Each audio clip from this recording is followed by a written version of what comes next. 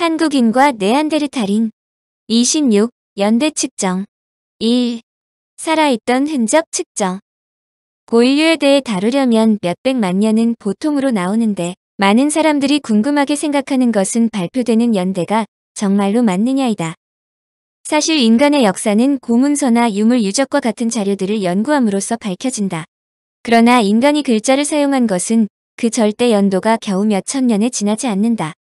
더불어 제작 연대를 정확하게 알려주는 표시를 해둔 것도 많지 않아 그 자료들이 언제 제작된 것인지를 결정하는 것은 매우 중요한 연구가 된다. 고대 유물이 언제 제작되었는지 정확하게 파악하는 일은 기록이 남아있지 않아 베일에 가려져 있는 고대사를 규명하는 데 매우 중요한 요건이 된다.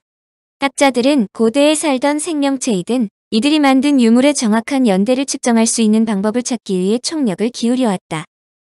현재까지 알려진 절대 연대 측정 방법에는 C14 탄소 연대 측정법, 열형광법, 아미노 산정량법, 핵분열비적법, 전자상자성분명법 등 10여 가지가 있다.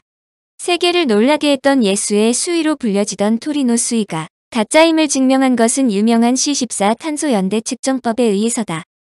이 방법을 개발한 사람은 1960년도 노벨화학상을 수상한 리비다.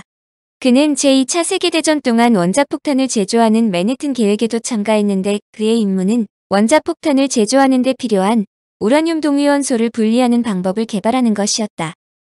불안정한 방사능 물질을 안정된 정상적인 물질로 변화시키는 핵의 자연 붕괴를 이용하여 각종 연대를 측정할 수 있다는 사실이 알려진 것은 방사성 물질이 발견된 지 얼마 지나지 않았을 때부터였다.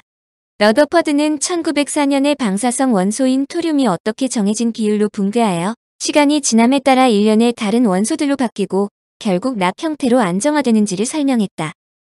이것이 반감기로 러더퍼드는 방사능 물질을 통해 지구의 나이를 측정할 수 있다고 예견했다. 이 당시 대부분의 학자들은 원자는 결코 파괴될 수 없다고 생각했기 때문에 이 같은 원소의 변환을 주장한 러더퍼드는 많은 학자들로부터 비난을 받았다. 그럼에도 불구하고 1905년에 미국의 볼트우드는 방사성을 사용하는 측정법을 개발하여 지구의 나이는 적어도 22억 년, 태양계의 나이는 50억 년이라는 결론을 얻었다. 리비는 이들의 가설을 한 차원 높게 발전시켰다. 탄소에는 C12, C13, C14가 있다.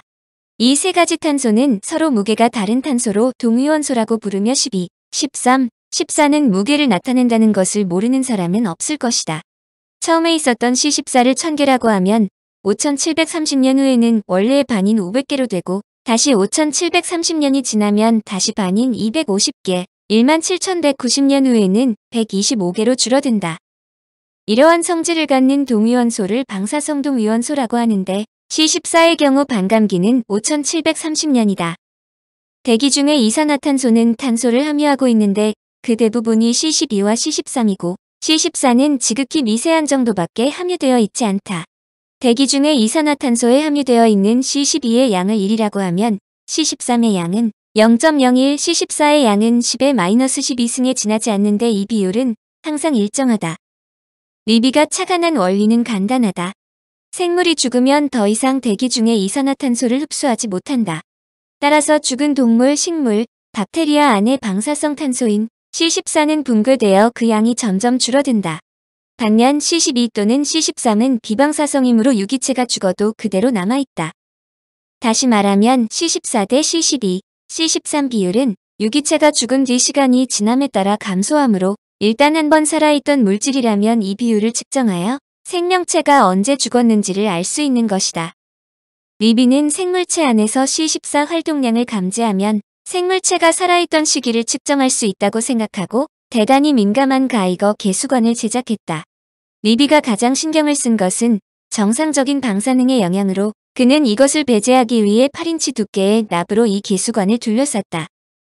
리비는 처음에 연대가 알려진 세콰이어 나무와 같은 자연물을 먼저 실험하여 기초 자료를 쌓았다. 그 후 연대가 잘 알려진 이집트의 세소스트리스, 파라오의 무덤에 부장되어 있던 장례용배의 갑판 나무를 실험했다. 실험 결과와 역사적으로 알려진 연대는 정확히 일치했다. C14를 이용한 탄소 연대 측정법으로 고대 유물의 연대를 측정한 자료들이 신뢰할 만한 것이라는 것이 증명된 것이다. 리비에게는 수많은 연대 측정 의뢰가 들어왔다. 영국의 스톤헨지에서 발견된 숫, 멕시코의 거대한 태양 피라미드뿐만 아니라 칠레에서 발견된 고대 나무늘보의 배설물까지 있었다. 그는 마지막 빙하기가 과거의 학계로부터 인정받았던 연대보다 훨씬 뒤인 약 1만 년 전에 끝났다고 발표했다. C14 탄소 연대 측정법은 고고학과 지질학에서 광범위하게 쓰이고 있다. 나무, 석탄, 천, 뼈, 조개 껍질, 동식물의 조직 등 일단 한번 살아 있었던 물질이라면 무엇이든 이 기술에 의해 처리될 수 있다. 고대 인류의 주거지나 이집트의 무덤, 지질학적 암석층, 그리고 다른 많은 역사적, 고고학적, 지질학적 가치를 가진 항목들의 연대도 결정될 수 있다. 이와 같은 방법은 발달한 핵물리학, 우주학과 신기술이 고고학과 인류학, 지질학에도 이용될 수 있다는 것을 단적으로 보여주었다. 그러나 시료를 그대로 측정기에 넣는다고 곧바로 연대가 계산되어 나오는 것은 물론 아니다. 측정 시료는 대부분 많은 불순물을 포함하고 있기 때문이다. 땅속에서 출토된 유물 등에는 토양에 함유되어 있는 탄소가 스며들어 있기도 하고 고문서에는 얼룩이나 손때 등이 묻어 있다. 불순물에 새로운 탄소가 포함된 시료를 그대로 측정하면 그 연대치의 오차가 커지는 것은 당연한 일이다. 결론적으로 정확한 연대 측정을 하려면 다양한 시료로부터 순수한 탄소를 끄집어내는 고도의 정밀 작업을 먼저 해야만 한다. C14 탄소 연대 측정법은 고고학 분야에서 발견되는 중요한 유물들의 연대를 측정할 수 있으므로 매우 유효한 방법이지만 이 방법의 결정적인 단점은 1회 측정에 수그램의 탄소 시료를 요구한다는 점이다. 그런데 연대를 구하고자 하는 문화재인 경우 매우 귀중한 것이 많아서 측정을 위해 수그램이나 되는 탄소 시료를 떼어낸다는 것은 간단한 일이 아니다. 앞에서 설명한 토리노의 수의 경우도 귀중한 수위를 상당 부분 잘라내야 하는 것이 가장 큰 걸림돌이었다. 이런 문제를 해결한 것이 1970년대 후반에 등장한 가속기 질량 분석법이다. 가속기 질량 분석법을 사용하면 불과 0.001g의 탄소 시료로도 정확한 연대 측정을 할 수 있다. 즉 귀중한 문화재로부터 떼어내야 하는 양이 이전까지의 약 1000분의 1로도 가능해진 것이다. C14 탄소 연대 측정법으로도 연대 측정에 다소 오차가 생기기 마련이다. 특히 시료에 오염물질이 포함되어 있을 경우 더욱더 오차가 커질 수 있다. 그리하여 C14 탄소 연대 측정법을 보완하는 방법이 강구되었는데 그것은 나무의 나이테를 세어보는 것이다. 사실 정밀도 측면에서만 본다면 나무의 나이테의 변화를 보고 연대를 측정하는 것을 따를 수 없다. 나무의 나이는 나무 껍질과 그 안쪽 나이테 사이에 있는 분열 기능을 갖는 형성층의 작용에 의해 매년 한 개 층씩 늘어난다.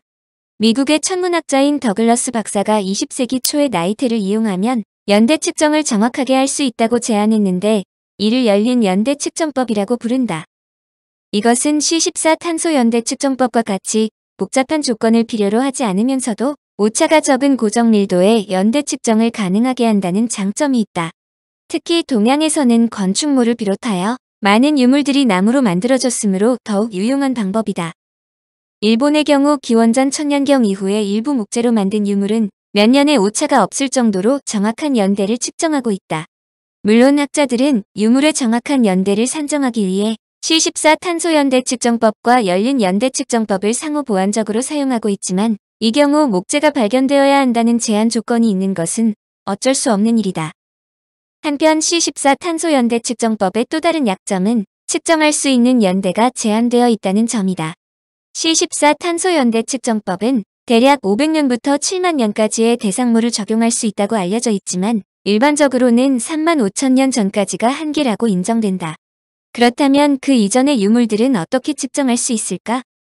이런 문제의 해결에 화학 반응을 이용한 연대 측정법이 사용된다. 원리는 화학 반응률을 먼저 가정한 다음 새로 생긴 화학물질의 양을 측정해 그 비율에 따라 연대를 측정하는 것이다. 최근 이 분야의 연구가 활발한데 그 이유는 상대적으로 손쉽고 신속하고 값싼 방법이기 때문이다. 특히 이 방법은 인류학자, 고생물학자, 그리고 고지형학자들이 선호하는데 연대 측정의 대상이 생물체의 유해를 선정한다는 점은 앞에서 설명한 C14 탄소 연대 측정법과 유사하나 전자는 방사성동위원소의 붕괴 원리에 후자는 화학물질의 반응률의 기초를 둔다는 것이 다르다. 그런데 이 방법을 사용하는 데는 일반적으로 타조알이 등장한다. 오늘날에는 타조가 살고 있는 지역이 한정되어 있지만 선사시대에는 세계 각지에서 살았었다. 그래서 타조알은 아프리카는 물론 중국에서도 발견된다.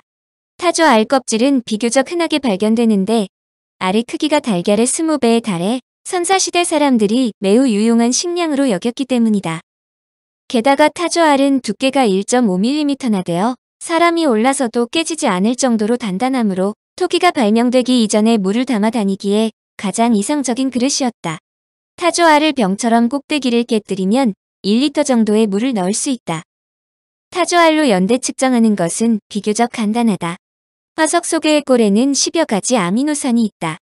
아미노산의 구조는 탄소 원자를 축으로 한쪽은 수소, 다른 쪽은 4에서 5개의 분자 그룹이 서로 비대칭으로 마주보고 있다. 분자 그룹이 놓이는 위치가 서로 다른 아미노산의 이성체가 연대 측정의 수단이 되는 것이다. 이것을 간단하게 설명하면 타조 알의 껍질에 있는 단백질의 아미노산에는 L형과 D형 두 가지가 있다. 그런데 생명체 안에서 합성되는 아미노산은 L형 하나뿐이다. 두 가지 다 상당히 안정적이지만 수천 년 동안 그대로 내버려두면 L형이 D형으로 조금씩 변한다. 이것은 생물체가 죽은 시간의 길이에 비해 D형 아미노산이 많아진다는 것을 뜻하는데 이를 라세미아 반응이라고 부른다. 이 비율을 측정해보면 그 알이 타조의 몸에서 빠져나온 후 얼마나 지났는지를 알 수 있다. 칼라하리 사막에서 발견된 타조 알의 껍질은 6만 5천 년에서 8만 5천 년이 되었음을 확인되었다.